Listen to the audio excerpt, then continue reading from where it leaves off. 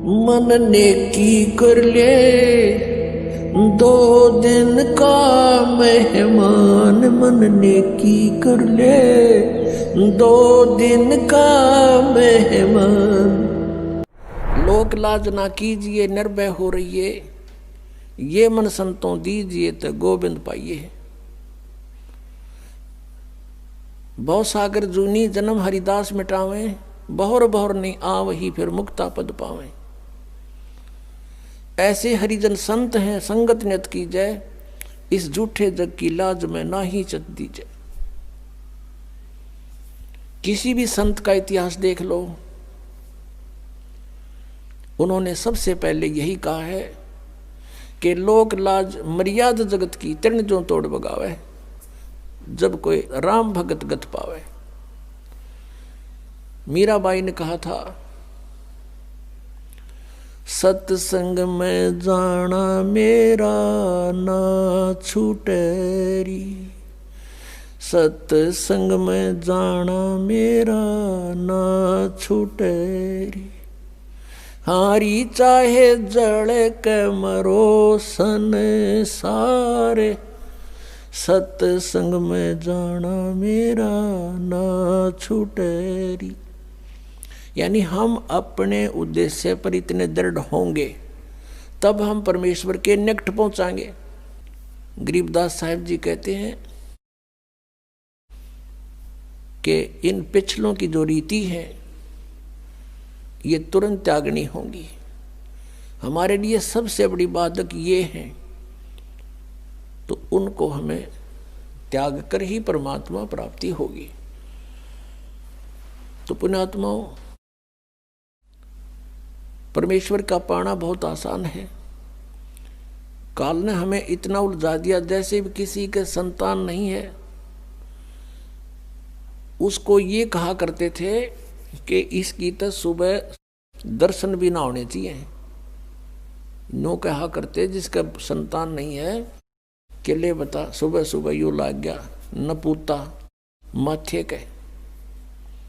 और वो भी महसूस करते थे कि अब ये सोच रहा होगा, ये करते हैं अभी भी ऐसा ही है। ये पुण्यात्माओं, यहाँ काल की सारी उल्टी रीति है। अब जब हम तत्व ज्ञान से परिचित होंगे तो परमात्मा के विधान अनुसार हमने चलना पड़ेगा। लोकलाज की परवाह नहीं करनी होती। कबीर साहब कहते हैं, मात पिता सुख स्त्री आलस बंधु कान, और संत मिलन को जब चले ये अटकाव आण। इनका अटकाया अटके नहीं, और संत मिलन को जा कह कबीर सो संत है आवागमन नसा। मात पिता जैसे छोटे बच्चे हैं तो माता पिता जिनको ज्ञान नहीं वो बाधा करते हैं, और जिनके बच्चे बड़े हैं माता पिता चाहते हैं सत्संग की तरफ चलें तो वो बच्चे बाधा करते हैं।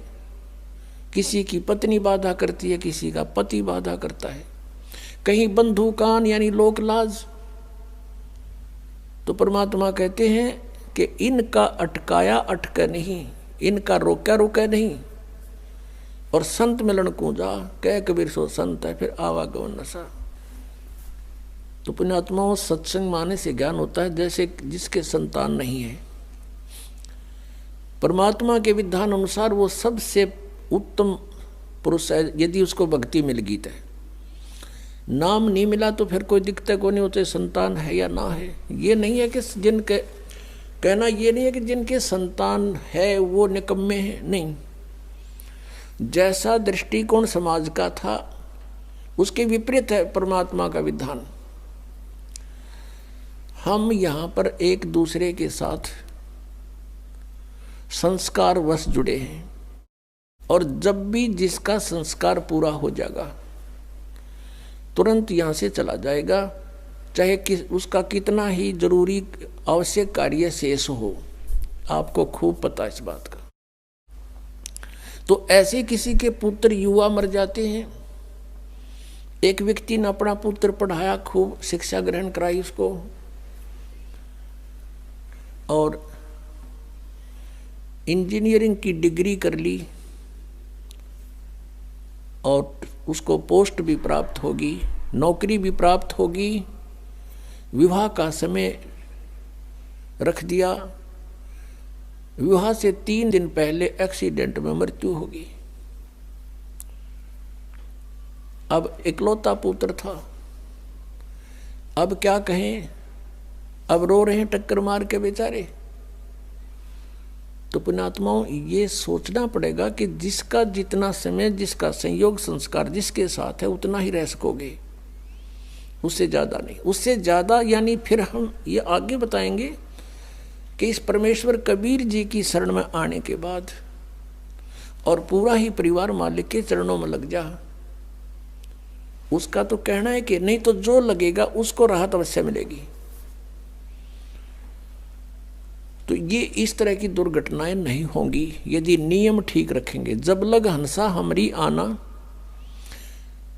और काल लगे नहीं तेरा बाणा। जब तक, हे परमात्मा कहते हैं, हे जीवात्मा, जब तक तू हमारी मर्यादा में है तब तक काल का दाव नहीं लगेगा, काल का तीर नहीं लगेगा।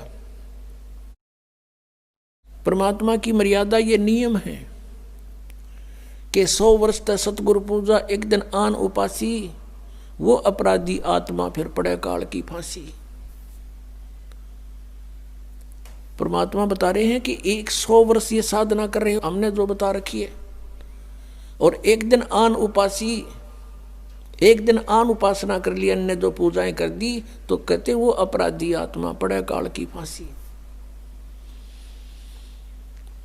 तो ये मर्यादाएं खंड नहीं होनी चाहिए। हमारे नाम को बहुत दृढ़ता से हमने नियमों का पालन करते हुए आगे बढ़ाना है। फिर देखना खेल मालिक के, तो जो निसंतान हैं उनका आगे कोई लेन देन नहीं है, उनका आपस में संस्कार किसी से शेष नहीं है। संत मत के अनुसार वो बहुत उत्तम आत्माएं हैं, यदि उनको ये मार्ग मिल जावे तो। अन्यथा तो फिर परमात्मा कहते हैं वो तो